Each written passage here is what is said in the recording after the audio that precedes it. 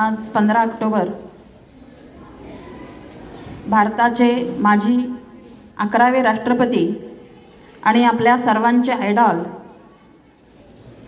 Bharat Ratna doctor APJ Abdul Kalam यांचा जन्मदिवस आपल्या या जिजामाता विद्यालयामध्ये आपण अत्यंत उत्साहाने साजरा करत आहोत।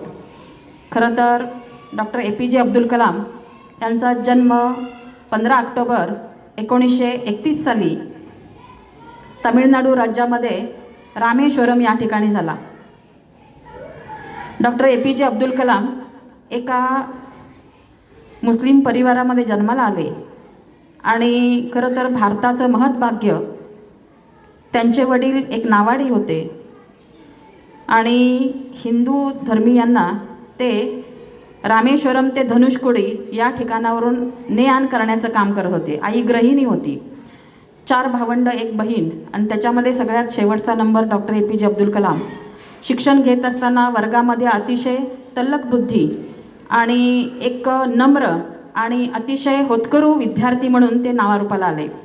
शिक्षण घेत असताना काही कारणास्तव आर्थिक अडचणीच्या वेळी फलाटावरती रेल्वेच्या पेपरचे गठ्ठे उचलण्याचं कामसुद्धा त्यांनी केलं। बहिणीनं हातातल्या बांगड्या देऊन सुद्धा शिक्षणासाठी त्यांना प्रोत्साहित केलं। डॉक्टर APJ अब्दुल कलाम यांनी फिजिक्स आणि एरोनॉटिकल इंजिनिअरिंगमध्ये ज्या वेळेला पदवी घेतली त्यावेळेला त्यांना अनेक अडचणींचा सामना करावा लागला, परंतु त्यांनी शिक्षण थांबवलं नाही।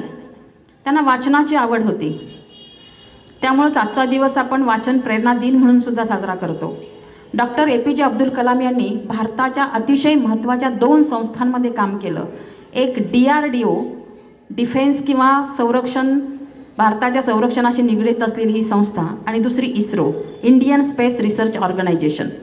आणि ते खरं तर त्यांना काय व्हायचं होतं, पदवी घेतल्यानंतर त्यांना फायटर पायलट व्हायचं होतं आणि फायटर पायलट होण्यासाठी त्यांनी एअरफोर्स म्हणजे हवाई दलाची जी परीक्षा दिली तर 8 व्यक्ती त्यांना घ्यायच्या होत्या हवाई दलाला आणि ह्यांचा नंबर 9वा लागत होता। त्यामुळं तिथं संधी चुकली, परंतु संधी चुकली, अपयश आलं म्हणून खचून न जाता त्यांनी जोमानं प्रयत्न केले आणि संशोधन क्षेत्रामध्ये अतिशय चांगलं काम करायला सुरुवात केली। 18 तास एका जागी बसून ते जोपर्यंत यश येत नाही तोपर्यंत प्रयत्न करायचे।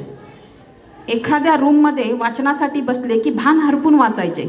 18 तास एकाच रूममध्ये बंद दरवाजा आतमध्ये जोपर्यंत यशस्वी होत नाही तोपर्यंत एखादा प्रोजेक्ट करणं हे त्यांना माहिती होतं। ते असे म्हणायचे, स्वप्न ती नसतात की जी तुम्हाला झोपेत पडतात, स्वप्न ती असतात जी तुम्हाला झोपूच देत नाहीत। आणि त्यांचा अभ्यास असा सातत्यानं सुरू होता आणि त्यांनी एक संशोधन सुरुवातीला हाती घेतला प्रोजेक्ट, त्याचं नाव नंदी नावाचा हॉवरक्राफ्ट त्यांनी तयार केला। काय होतं हे हॉवरक्राफ्ट, तर पाण्यातही चालणारं आणि जमिनीवरतीही चालू शकणारं। त्याच्यानंतर त्यांनी अनेक मिसाईल्स आपल्या संरक्षण क्षेत्राशी, असं म्हणतात पहा, जर युद्धाच्या काळात रक्त सांडायचं नसेल तर शांततेच्या काळामध्ये घाम गाळला पाहिजे। म्हणजे आपण संरक्षणदृष्ट्या सिद्ध असलं पाहिजे भारतानं, की जेणेकरून कुरापतखोर राष्ट्र आपलं नाव काढणार नाही, जसं पाकिस्तान असेल, चायना असेल। मग त्यामुळं संरक्षणदृष्ट्या भारत स्वयंपूर्ण होण्यासाठी त्यांनी अतोनात प्रयत्न केले। त्यांनी अनेक प्रकारची मिसाईल्स म्हणजे क्षेपणास्त्र तयार केली आणि यशस्वीपणे त्यांची चाचणी वगैरे घेतली। नाग, त्रिशूळ, अग्नी, ब्राह्मोस, पृथ्वी म्हणजे जमिनीवरती मारा करणारी प्रक्षेपणास्त्र, जमिनीवरून आकाशात मारा करणारी, आकाशातून आकाशात मारा करणारी आणि जमिनीवरून आकाशात मारा करणारी, अशा पद्धतीची विविध प्रक्षेपणास्त्र त्यांनी यशस्वीरित्या पूर्ण केले। पोखरणला अणुबॉम्बची चाचणीसुद्धा यशस्वीरित्या पार पाडण्यामध्ये सिंहाचा वाटा डॉक्टर APJ अब्दुल कलाम यांचा आहे। त्यांनी अनेक क्षेत्रात संशोधन केलं, जसं की गरीब लोक जे आहेत आपल्या भारतामधले, ज्यांना आरोग्याच्या सुविधा वेळेत मिळत नव्हत्या आणि हृदयावरची शस्त्रक्रिया म्हटलं की महागडी ठरायची, जशी अँजिओप्लास्टी।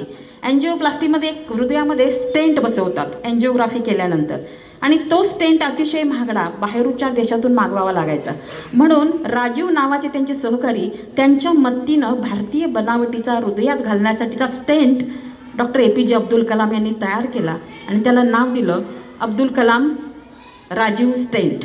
तो कमी किमतीत आपल्या रुग्णांना उपलब्ध होतोय आणि त्यामुळं त्यांनी आरोग्य क्षेत्रातही अतिशय चांगलं काम केलं। डॉक्टर APJ अब्दुल कलामांचे गुरु कोण कोण होते, की ज्यांनी त्यांना शिकवलं लहानपणापासून. विद्यार्थी दशेमध्ये एक शिक्षक त्यांना आवडायचे आणि त्यांनी काय केलं होतं त्या शिक्षकांनी बघा, समुद्र किनाऱ्यावरती त्यांना नेलं. प्रत्यक्ष पक्षी हवेत कसे उड्डाण घेतात हे त्यांना प्रत्यक्ष प्रॅक्टिकल दाखवायचं होतं, प्रयोग दाखवायचा होता. आणि सगळे विद्यार्थी तमिळनाडूच्या समुद्रकिनाऱ्यावरती गेले आणि तिथं अग्निपंख नावाचा पक्षी, ज्याचे पंख लाल असतात म्हणून त्याला अग्निपंख म्हणतात, सायबेरियन क्राउंच, जे अरेबियन कंट्रीतून भारतापर्यंत येतात हजारो किलोमीटरचं अंतर पार करून. मग त्यांच्या पंखात कसं बळ असेल किंवा पंखामध्ये काय टेक्नॉलॉजी असेल की एका झेपेत एवढं अंतर ते पार करतात. म्हणून त्या समुद्रकिनारी ज्यावेळेला त्यांनी पाहिलं की अनेक पक्षी असे आपले पंख मुडपून परत उघडत आहेत आणि त्यांची जी झेप आहे ते ज्यावेळेला प्रत्यक्ष अनुभवलं त्या विद्यार्थ्यांनी, त्यावेळेला बाल अब्दुल कलामांच्या डोक्यामध्ये एक प्रश्न पडला. मी बाल अब्दुल कलाम असं म्हणतोय, तुम्ही त्यांचं संपूर्ण नावसुद्धा लक्षात ठेवणं गरजेचं आहे. अबुल पाकीर जैनुलाब्दीन अब्दुल कलाम हे त्यांचं संपूर्ण नाव. तर तो विद्यार्थी दशेमध्ये अब्दुल कलामांनी ते बघितलं आणि त्यांच्या डोक्यात प्रश्न पडला की हे पक्षी जशी हवेत उड्डाण करतायत तसं मी एखादं यंत्र बनवू शकतो का की जे हवेत उड्डाण करेल आणि एका झेपेमध्ये हजारो किलोमीटरचं अंतर पार करेल. आणि तेव्हाच त्यांच्या डोक्यात एक ठिणगी पडली आणि इग्नायटेड माइंड्स नावाचं जे पुस्तक आहे किंवा wings of the fire, Agnipankh नावाचं जे पुस्तक आहे त्याच्यामध्ये त्याचा उल्लेख आहे पहा. त्यांचे जे मग तेव्हापासून त्यांनी त्यांच्या डोक्यामध्ये जे बीज पेरलं गेलं आणि त्याच्यानंतर त्यांनी प्रक्षेपणास्त्र किंवा मिसाईल्स तयार केली गेली. ती मिसाईल्स यशस्वीरित्या काम करू लागली आणि भारताला एक स्ट्रॉंग किंवा असा खूप चांगला एक संरक्षणाचा एक सामुग्री मिळाली आणि म्हणूनच त्यांना मिसाईल मॅन ही पदवी आपण दिलेली आहे. अनेक प्रकारची मिसाईल्स त्यांनी तयार केली. डेव्हिड धवन सर असतील, त्याचबरोबर विक्रम साराभाई असतील, त्याचबरोबर प्रकाश नावाचे त्यांचे एक शिक्षक होते. ह्या गुरुजनांनी त्यांच्या आयुष्यामध्ये खूप मोठा प्रकाश पाडला किंवा त्यांच्या आयुष्यामध्ये फार मोठा बदल घडवून आणला की जेणेकरून ते भारताचे राष्ट्रपती म्हणून घडत असताना त्यांच्यावरती झालेले संस्कार हे वाचनानं त्यांच्या गुरुजनांनी केले. आणि सगळ्यात महत्त्वाचं, ज्या वेळेला पोखरणची अणुबॉम्बची चाचणी यशस्वी झाली त्यावेळेला इंदिरा गांधींनी त्यांना स्वतः डिनरसाठी इन्व्हाइट केलं, डिनरसाठी बोलवलं. पण त्यावेळेला त्या अब्दुल कलामांना घालायला साधी चांगला शूज नव्हता. मग पॉलिश्ड शूज घालणं हे एटिकेटचा भाग येतो आणि तर साधीच चप्पल होती त्यांच्या पायामध्ये. त्यांच्या सहकार्याने त्यांना मदत केली आणि इंदिरा गांधींना ही ज्यावेळेला गोष्ट कळाली की आपल्या देशाचा सर्वोच्च संशोधक किंवा शास्त्रज्ञ त्याला घालायला चांगले शूज नाहीत, त्यावेळेला त्यांना खंत वाटली की संरक्षण क्षेत्रामध्ये, संशोधन क्षेत्रामध्ये अत्युच्च कामगिरी करणारे हे डॉक्टर APJ अब्दुल कलाम, अतिशय हंबल म्हणजे नम्र असं हे व्यक्तिमत्व. मग ह्यांच्यासाठी तर त्यांनी दुप्पट त्यांच्या म्हणजे त्यांचा अतिथी म्हणून ते ज्यावेळेला गेले त्यावेळेला त्यांना खूपच इंदिरा गांधींना प्राऊड फील झालं, म्हणजे स्वाभिमान वाटला की आपल्या देशामध्ये असे अत्यंत प्रतिभावंत संशोधक आहेत.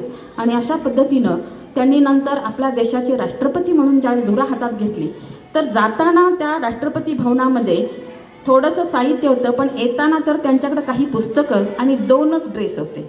म्हणजे इतका प्रतिभावंत राष्ट्रपती की जो अतिशय चांगलं कुशल काम करतो, चांगला प्रशासक म्हणून आर्मी, नेव्ही, एअरफोर्सची धुरा सांभाळतो, तो डॉक्टर APJ अब्दुल कलाम हे व्यक्तिमत्व जे आहे त्यांना जनसामान्यात मिसळायला, विद्यार्थ्यांच्या मिसळायला खूप आवडायचं. तुमच्यासारखी छोटी मुलं आणि कॉलेजची मुलं ह्यांच्यामध्ये ते रममान व्हायचे. एकदा गुजरातला गेले आणि गुजरातमधील काही कॉलेजच्या विद्यार्थ्यांना त्याने विचारलं, अपने इस देश का सबसे बडा दुश्मन कौन है? बऱ्याचशा विद्यार्थ्यांनी सांगितलं की पाकिस्तान, त्याच्यानंतर लोकसंख्या, चायना. पण एका मुलीनं उत्तर सांगितलं, अपने इस देश का सबसे बडा दुश्मन गरिबी है. आणि हे उत्तर त्यांना अपील झालं. हे खूप आवडलेलं उत्तर त्यांनी स्वतः लिहिलेलं पुस्तक त्या विद्यार्थिनीला भेट दिलं. आणि असे हे डॉक्टर APJ अब्दुल कलाम ज्या वेळेला 27 जुलै 2015ला एका विद्यापीठामध्ये म्हणजे राष्ट्रपती म्हणून रिटायर झाले, पण त्याच्यानंतर ते विद्यापीठात जाऊन मार्गदर्शन करायचे, आपल्या ज्ञानाचा वापर दुसऱ्या विद्यार्थ्यांना व्हावा म्हणून मार्गदर्शन करत असत. आणि 27 जुलै 2015ला विद्यार्थ्यांना ज्ञानदान करत असताना ते स्टेजवरती कोसळले. म्हणजे जगाला आयडियल ठरेल असं हे व्यक्तिमत्व ज्ञानदानाचं काम करत करत शेवटचा श्वास घेतात आणि वाचनानं समृद्ध दुसऱ्याला करण्यासाठी प्रेरित करतात. म्हणून आजचा दिवस वाचन प्रेरणा दिन म्हणून पण आपण साजरा करतोय. सर्वांनी वाचाल तर वाचाल, वाचन चळवळ पुढं चालवली पाहिजे. एक चांगला संस्कार आहे वाचन. तुम्हाला एक ग्रंथ म्हणजे ते नेहमी व्याख्यानामध्ये पण सांगायचे, ग्रंथ हेच गुरु आहेत आणि ग्रंथ तुमचे मित्र आहेत, ते तुम्हाला सत्याकडे नेत असतात. जसं शाहू फुले आंबेडकर. म्हणजे वाचनानं आपल्याला पुरोगामित्व काय आहे किंवा आपल्या देशासाठी काय आवश्यक आहे, आपल्या देशाला महागुरू किंवा महासत्ता बनवायचं असेल तर हे विद्यार्थी आजचे वाचन हा संस्कार केलेले पाहिजेत आणि सत्य काय आणि चांगलं काय हे त्यांना ओळखता आलं पाहिजेत. तर आजच्या दिवशी आपण 15 ऑक्टोबर या दिवशी माझे आणि तुमचे सर्वांचेच idol doctor APJ Abdul Kalam आणि त्याचबरोबर आपल्या संस्थेनं आणि आपले संस्थापक आपल्या किसान शिक्षण संस्थेचे डॉक्टर पद्मभूषण डॉक्टर क्रांतीवीर डॉक्टर नागनाथांना नायकवडी, लक्ष्मीबाई नायकवडी, कुसुमताई नायकवडी या सर्वच ग्रेट व्यक्तींची आठवण ठेवणं ही काळाची गरज आहे. त्यांना मी विनम्र अभिवादन करते. धन्यवाद. जय हिंद.